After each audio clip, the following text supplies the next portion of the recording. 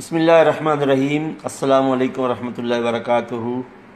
بالخصوص میرے ہم وطن باشعور پاکستان کے خیر خواہ عوام، السلام علیکم ورحمۃ اللہ وبرکاتہ۔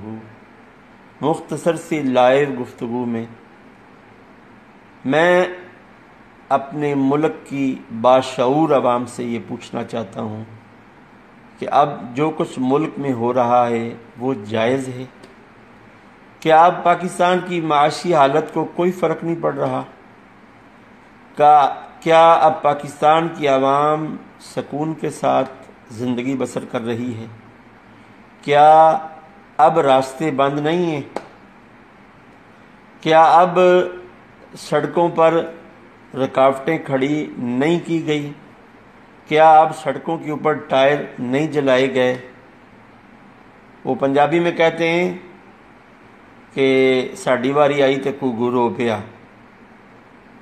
تو جب یہی کام اور تحفظ ناموس رسالت کے لیے تحریک لبیک نے کیا تھا تو ہمارے ملک کے سابقہ وزیر اعظم اور ان کی کابینہ اور ان کے مریدوں نے یہی شور مچایا تھا کہ ملکی معاشی حالت خراب ہو رہی ہے، سڑکیں بند ہو رہی ہیں، ہسپتال جانے والی ایمبولینس کو روکا جا رہا ہے، غریب پس رہا ہے۔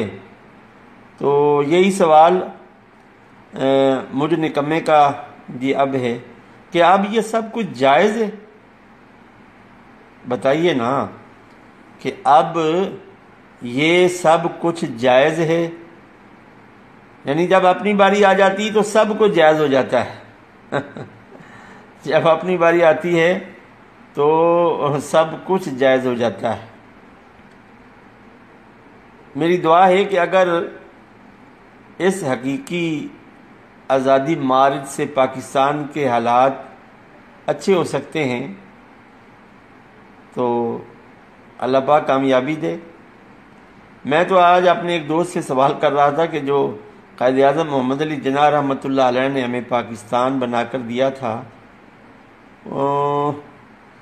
وہ تو پھر حقیقی آزادی نہیں تھی نا، تو وہ تو قائد اعظم نے ہم پر ظلم کیا ہے کہ ہمیں انتھک کاوش اور محنت کے ساتھ، دن رات انتھک محنت کے ساتھ اللہ رب العزت سے نبی پاک علیہ السلام کے نالین اقدس کے صدقے لیلۃ القدر کی رات رمضان المبارک میں پاکستان قائد اعظم کی محنت سے ہمیں ملا۔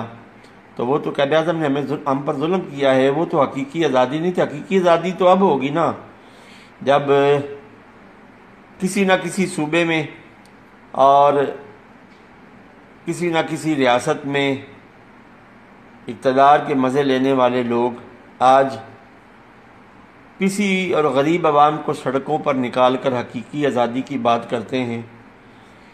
ہم دیکھیں گے کہ کتنے دنوں بعد، کتنے مہینوں بعد پاکستان کو حقیقی آزادی ملے گی۔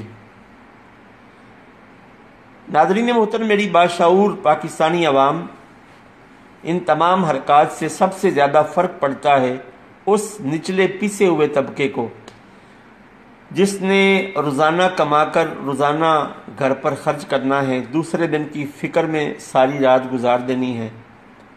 فرق انہیں پڑنا ہے، ان لوگوں کو کوئی فرق نہیں پڑنا۔ یہ تو سونے کا چمچہ لے کر پیدا ہوئے ہیں اور ان کے ساتھ جو چل رہے ہیں ان کے پاس بھی دنیا داری پر خرچ کرنے کے لیے بہت سرمایہ ہے، لیکن دین پر خرچ کرنے کے لیے وہ سب لوگ غریب ہیں۔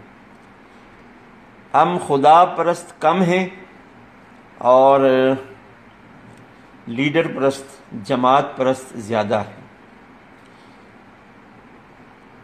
جب سے ہم نے اقتدار کے مزے لوٹتے ہوئے حکمرانوں کو دیکھا ہے، کئیوں کو 2/3 اکثریت بھی ملی ہے، اسلام کا نام لے کر لوگوں کو دھوکہ دے کر ووٹ لے کر جب کرسی اقتدار پر بیٹھتے ہیں تو وہ نظام تو نافذ نہیں کرتے جس نظام کو نافذ کرنے کے لیے ہمیں اللہ رب العزت نے یہ ملک پاکستان عطا کیا ہے۔